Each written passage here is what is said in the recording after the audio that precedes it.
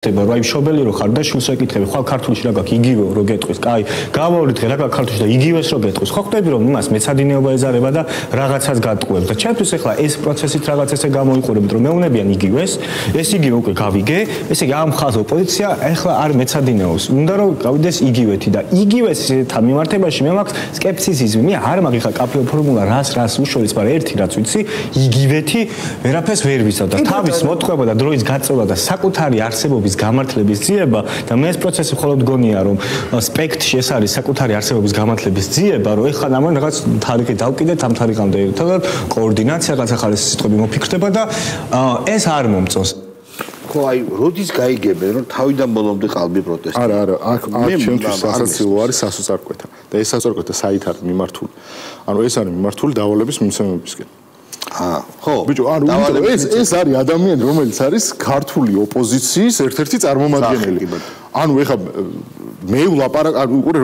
ვლაპარაკობდი სიტყვით პოზიტივის სახელით და ვამბობდი რომ ანუ ამარხზე რაღაცა ეს არ მოწონს და რატო არ ხდება შიგნით ვარ და რაღაც დავждეთ და ერთად მოვილაპარაკოთ და განვავითაროთ ხო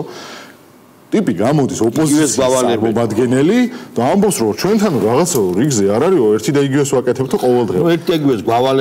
გავალებს მასწავლებელი და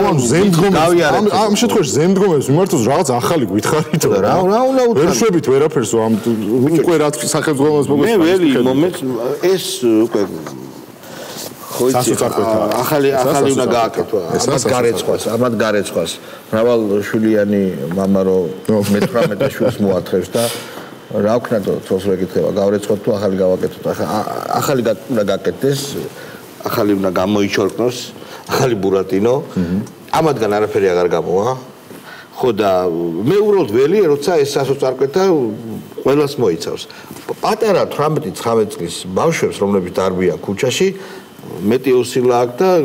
გასაგებია რომ გაზაფხული მოდის და 500-1000 ბავშვი ნიობის ხო ნუ გამოინახება ყოველთვის მაგრამ აი ეს ტიპები